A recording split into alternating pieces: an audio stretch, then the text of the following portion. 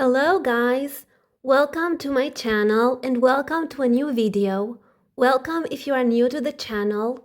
In this video I will paint 3 baby penguins in different color combinations with my favorite gouache paints. If you want to know more about these paints, there is a creative review article available on my website.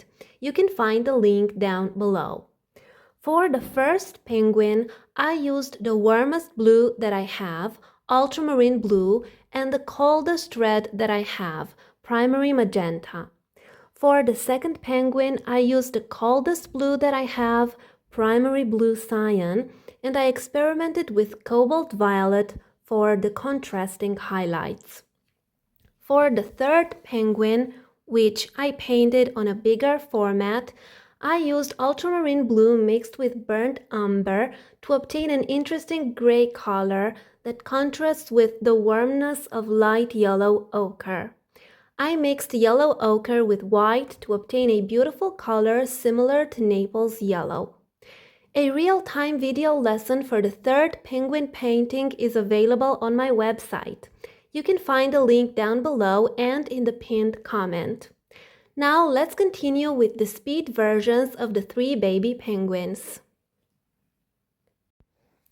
For the first penguin, I used ultramarine blue mixed with black to obtain a very dark, intense blue.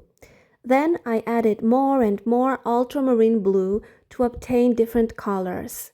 Here you can see the whole color mixing process. This is a color mixing exercise from Betty Edwards' book Color, a course in mastering the art of mixing colors.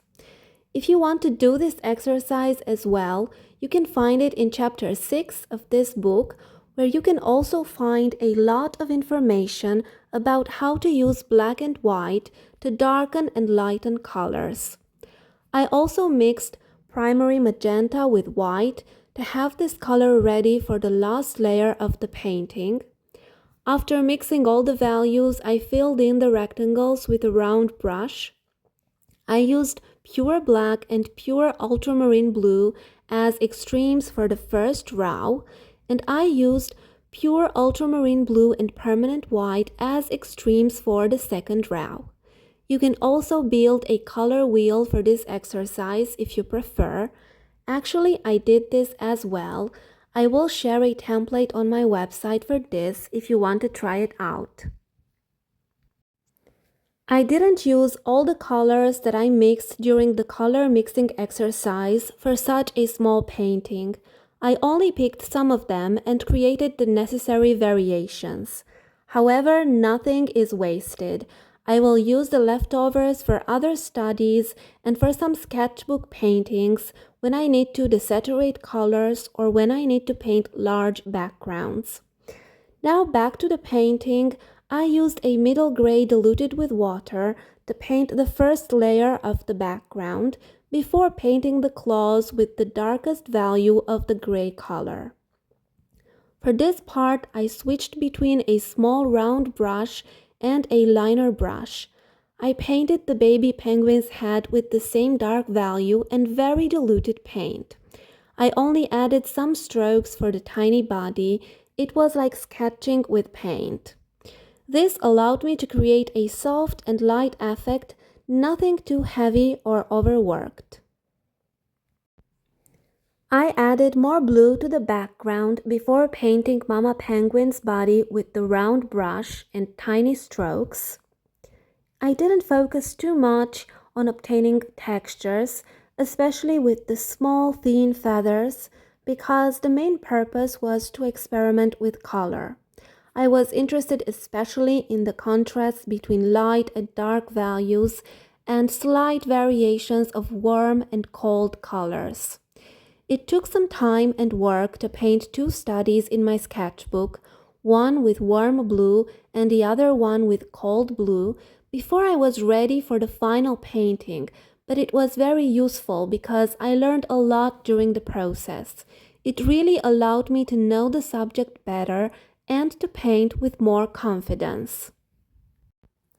After painting this subject a couple of times, my main tips and tricks about painting the feathers are number 1, to use a round brush with a pointy tip for the first 2 layers.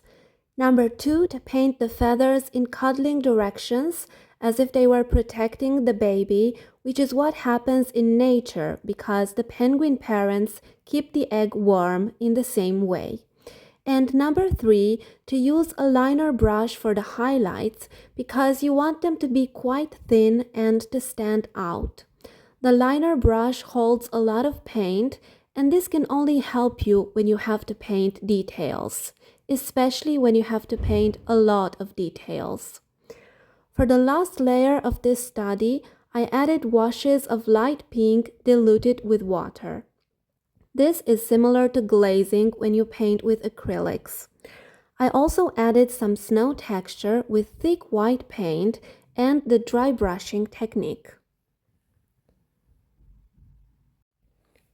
For the second penguin, I repeated the color mixing exercise with primary blue cyan, black, and permanent white, and I filled in the rectangles with all the color variations as before.